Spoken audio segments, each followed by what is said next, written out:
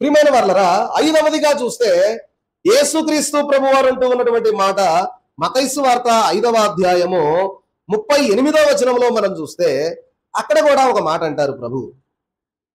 చూడండి, కంటికి కన్ను పంటికి పన్ను. ఏంటట? కంటికి కన్ను పంటికి పన్ను అని చెప్పబడిన మాట మీరు విన్నారు కదా. చూసారా, ప్రభు ఏ మాట మాట్లాడేటప్పుడు కూడా ఏమంటా ఉన్నారంటే, అంతకుముందు ధర్మశాస్త్రములో వారు విన్న మాటలను తీసుకొని, అబ్బాయి ఇదిగో మీరు ధర్మశాస్త్రములో మీరు విన్నారు కదా, కంటికి కన్ను పంటికి పన్ను అని మీరు విన్నారు కదా, అయితే నేను మీతో చెప్పున్నదేమనగా అని ప్రభు చెప్తూ, యేసుక్రీస్తు ప్రభు వారు కొండ మీద మాట్లాడినటువంటి మాట ఏమంటా ఉన్నారు అంటే, నేను మీతో చెప్పున్నదేమనగా దుష్టుని ఎదిరింపక నిన్ను కుడి చెంప మీద కొట్టువాని వైపునకు ఎడమ చెంప కూడా త్రిప్పుము.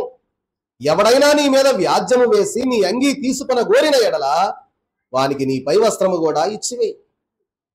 ఒకడు 1 మైలు దూరము రమ్మని నిన్ను బలవంతము చేసిన ఎడల వానితో కూడా 2 మైళ్ళు వెళ్ళు. నిన్ను అడుగు వానికి ఇమ్ము అని ప్రియమైన వారలరా ప్రభు చెప్తూ ఉన్న మాట. చూడండి, ధర్మశాస్త్ర గ్రంథంలో రాయబడిన మాట ఏంటి అంటే, కంటికి కన్ను, దెబ్బకు దెబ్బ తీసేయి. అది ధర్మశాస్త్రం. వాడు ఒక దెబ్బ కొట్టాడా, కొట్టు ఒక దెబ్బ. వాడు నీ కన్ను ఓడబెరికాడా, వాడి కన్ను ఓడబెరకాల. అది న్యాయం ధర్మశాస్త్రం ప్రకారం. వాడి కాలు ఎరగొట్టాడా, ఈడి కాలు కూడా ఎరగొట్టాలి. వాడు చెయ్యి ఎరగొట్టాడా, ఈడి చెయ్యి ఎరగొట్టాలి. వాడు ఆ మనిషిని చంపాడా, ఈయన కూడా చంపేసాడు. అది ధర్మశాస్త్రం. అయితే ఇక్కడ ప్రభు ఏమంటా ఉన్నాడంటే, మీరు అలాగూ చేయొద్దు. దుష్టుని ఎదిరింపక, ప్రభు చెప్తూ ఉన్న మాట, దుష్టుని ఎదిరింపక నిన్ను కుడి చెంప కొట్టువానికి నీ ఎడం చెంప కూడా చూపించు. మనం చేస్తా ఉన్నావా? ఒక చెంప కొట్టారంటే ముందు అవతలోడికి 2 చెంపలు వాయించేస్తాం. మరి మన పరిస్థితి ఏంటి? ప్రభు చెప్తా ఉన్నాడు, ఒక చెంప కొట్టినోడికి 2వ చెంప చూపించు. మనం ఒక చెంప కొడితే 2 చెంపలు కొడతాం. ప్రభు చెప్పినట్లు మనం చేస్తా ఉన్నామా? కాబట్టి యేసు క్రీస్తుని పోలి నేను నడుచుకుంటారని మనం తెలియజేస్తూ ఉన్న మాట ప్రకారం నేటి దినాలలో మనము ప్రభువుని పోలి నడవలసిన వారమై ఉన్నాం. కాబట్టి ప్రభువు చెప్తూ ఉన్న మాట ప్రియమైన వారలారా చెప్పడమే కాదు, ఆయన చేసి చూపించాడు. ఎక్కడ చూపించాడు? కల్వరిగిరికి ఆయన్ను కొరడాలతో కొట్టి ఈడ్చుకొని వెళతా ఉన్నప్పుడు మారు మాట మాట్లాడాడు ప్రభు. అంటే చెప్పడం వేరు, దానిని ఆచరించడం వేరు. చెప్పడం నిలబడి మనం ఎవరైనా చెప్పగలుగుతాం, కానీ ఏదైనా సమస్య వచ్చినప్పుడు దాన్ని ఆచరించడం చాలా కష్టం. కానీ ప్రభువు అది చేసి కూడా చూపించాడు. దైవజనులు రాసినటువంటి పాటలో, పుట్టినాను మరలా వారిని పోతాడాయేను,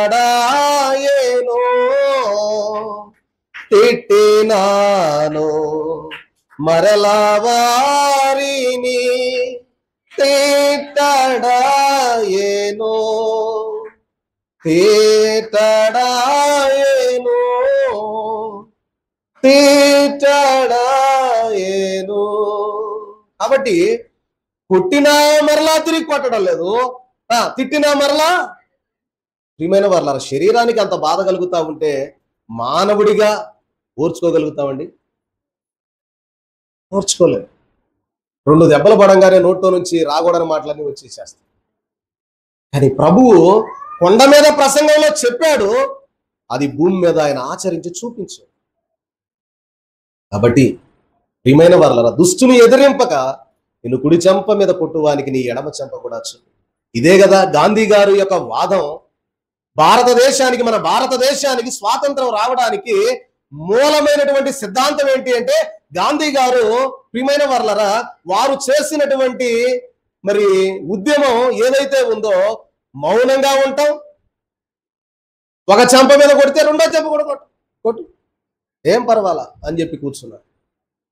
కాబట్టే భారతదేశానికి స్వాతంత్రం రావడానికి గల కారణం ప్రియమైన వారలారా గాంధీ గారి యొక్క వాదం, ఉద్యమం.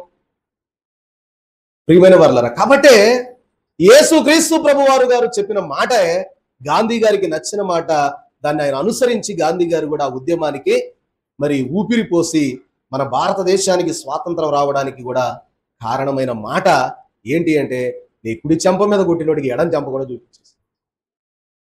కాబట్టి ప్రియమైన వర్లరా, మనం జ్ఞాపకం ఉంచుకోవలసినది, కాబట్టి మనము కంటికి కన్ను పంటికి పన్ను అనేది కాదు గాని ప్రియమైన వర్లరా, దుష్టుని ఎదిరింపక కొడితే చూడండి. అందుకే నేటి దినాలలో ఎక్కడైనా కూడా క్రైస్తవ మీటింగులు గొడవలు జరుగుతూ ఉంటే అక్కడ మరి క్రైస్తవులు ఏమి కూడా మరి తిరుగుబాటు చేసి కొట్లాట్లకు దిగి ఇదేంది లేదు, సువార్త పరిచర్య, వీధి పరిచర్య చేస్తా ఉన్నారు. కొన్ని ప్రాంతాల్లో, పట్టణాల్లో వీధి సువార్త జరిగించబడతా ఉంటే వీధి సువార్తల్లో మనం చూస్తే కొంతమంది అనేక రకాలుగా చేస్తా ఉన్నారు. అయినా కూడా అని ప్రభువుకే మహిమ.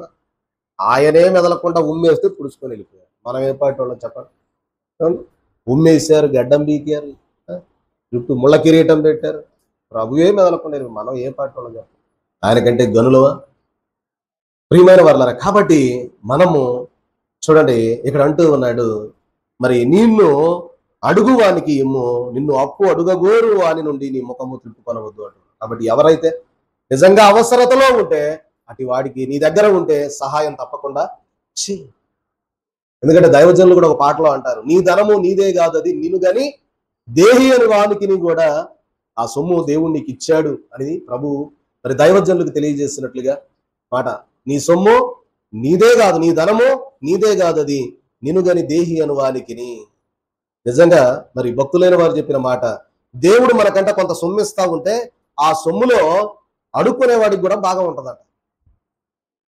అది మొత్తం మందే కాదు, అడుక్కునేవాడికి దానం చేయడానికి కూడా నీకు కలిపే ఇచ్చాడు, నువ్వు ఇవ్వాలా. కాబట్టి ఈ విషయాలన్నీ కూడా కొండ మీద ప్రసంగంలో ప్రభు మాట్లాడిన విషయాలుగా మనకు కనబడతా ఉన్నాయి. చూద్దాం ఇంకా ప్రభువు, ఇంకా మనం 5వ అధ్యాయంలోనే ఉన్నాం. 5, 6, 7 అధ్యాయాలు విస్తారంగా 3 రోజులు ప్రభు మాట్లాడారు. మాట్లాడుతూ ఉంటే ప్రభు అందరూ కూడా అలాగే వింటూ ఉన్నారు. ప్రియమైన